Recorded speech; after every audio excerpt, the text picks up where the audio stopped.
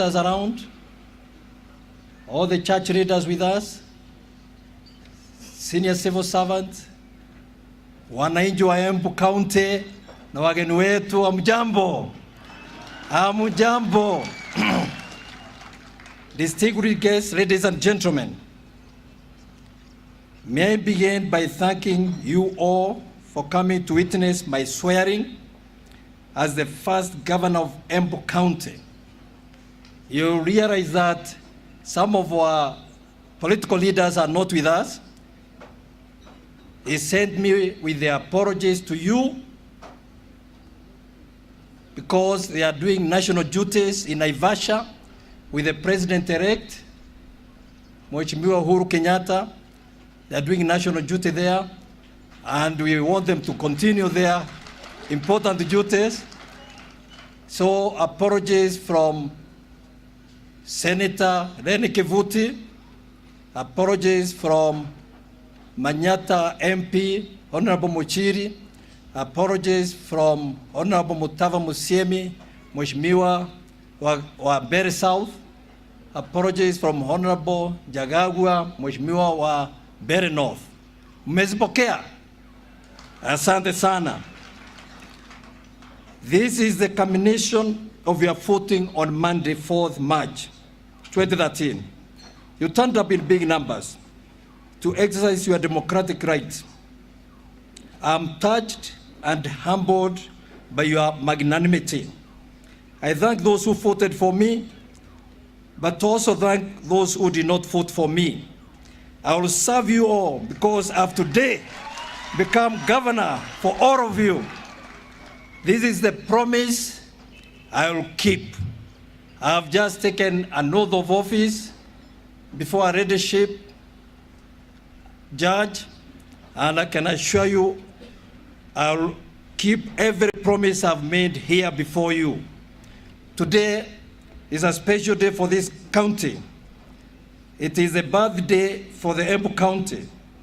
Today is a very special because it is a day when we, the residents of Embu County, are going to make the first step in a journey of 1,000,000 kilometers towards our vision for this county, which is a prosperous and united Embu County where everybody will live and enjoy equal opportunities in wealth creation and employment.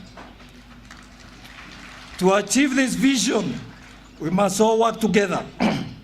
The youth, the wazee, the men, the women, the residents of the towns and urban areas, and the residents of the rural areas, those who won elections, and those who did not succeed, please all join me. Let us work together to achieve prosperity for Embu County. The other reason which makes today a special day is the birth of 47 county government by the Kenya Central System of Government. This is one of the most transformative changes since the new constitution was promulgated. Article 174 of the new constitution requires me as your governor to ensure that you, my people, participate fully in the running of the Embu County government. We shall run the county together. Don't say serikali ni ashieko, ni asisi sote. Accordingly, our government will accept and implement the wishes of Wanjiko, the wishes of Maregu, the wishes of Rwamba. The 7 ways to prosperity. May I now briefly take you through the 7 ways we shall ensure that Wanjiko, Maregu, Rwamba realize prosperity. 1 will be infrastructure. The first pillar of development in our county will be infrastructure. This will involve developing motorable roads throughout the county. It will involve bringing water and electricity to all the houses in the county, towns, institutions, and factories. That is a promise I will undertake. The second pillar, ladies and gentlemen, towards wealth and employment creation in this county will be agriculture, development of agriculture, and exploitation of our natural resources.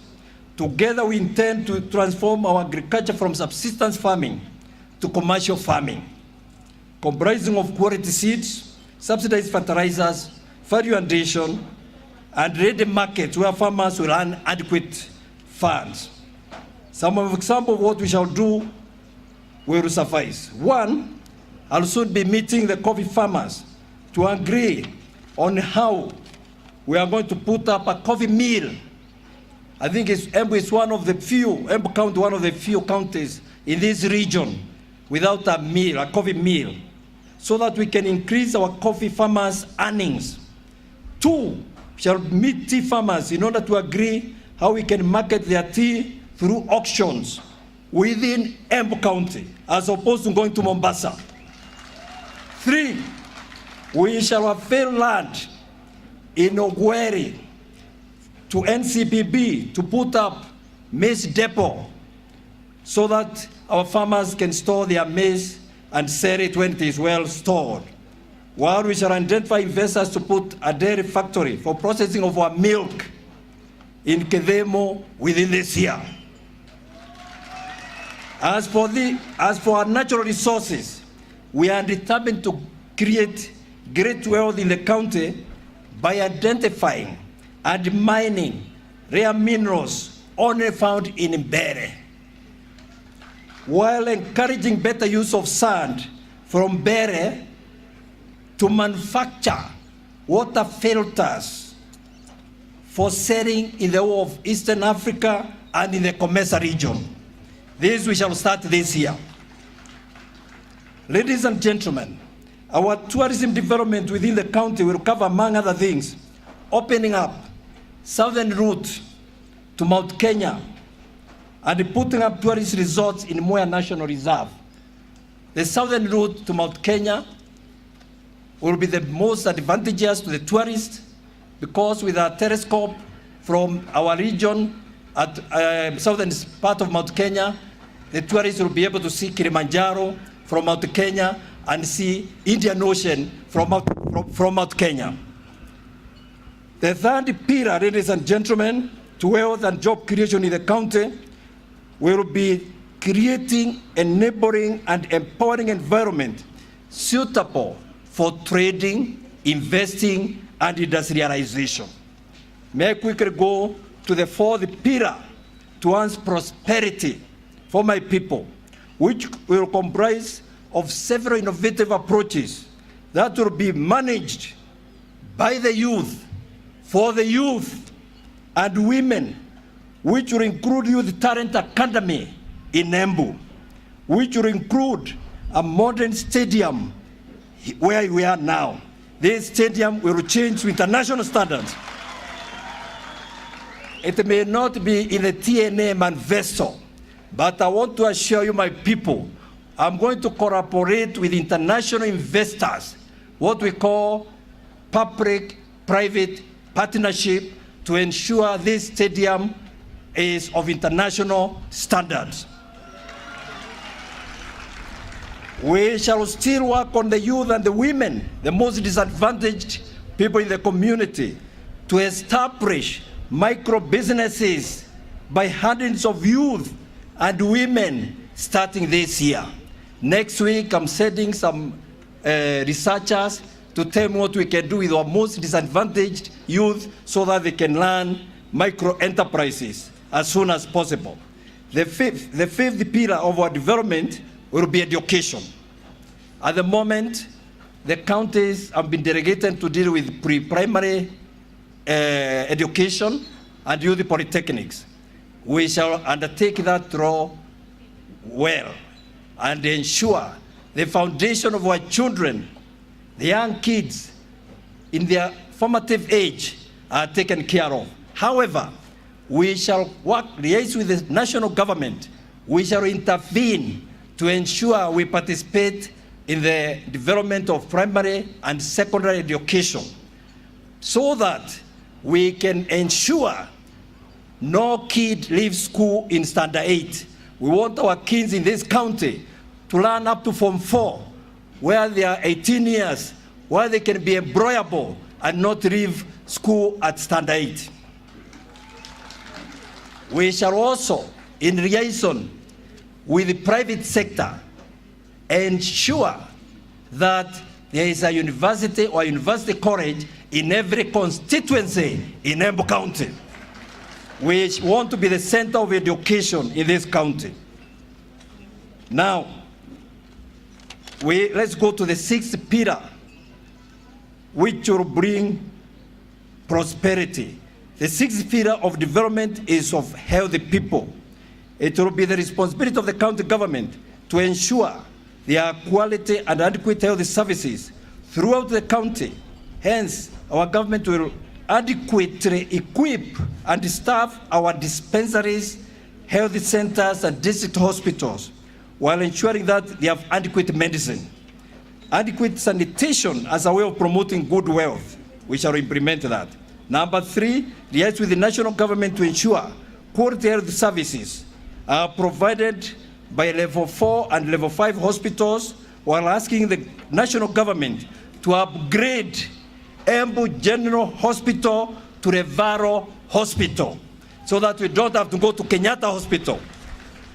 Finally, the 7th pillar that will lead Embu to prosperity is prudent, efficient, and effective management of the county's public fund, human resources, materials, machineries, equipment, and all the county natural resources for further wealth creation and employment creation. Our government will realize this objective by implementing the following 4 steps this year. Step number 1, coming up with a 5 years visionary master plan. I was able to come up with a 20 years master plan for Kenya Airports Authority. It will be easy for me and my experts to come up with a 5 years master plan, which will plot how we are going to execute these 7 pillars for prosperity of this county. Number 2, second step, to enhance our resources, prepare annual budgetary priorities, which we shall start next week. Number 3, establish county revenue authority.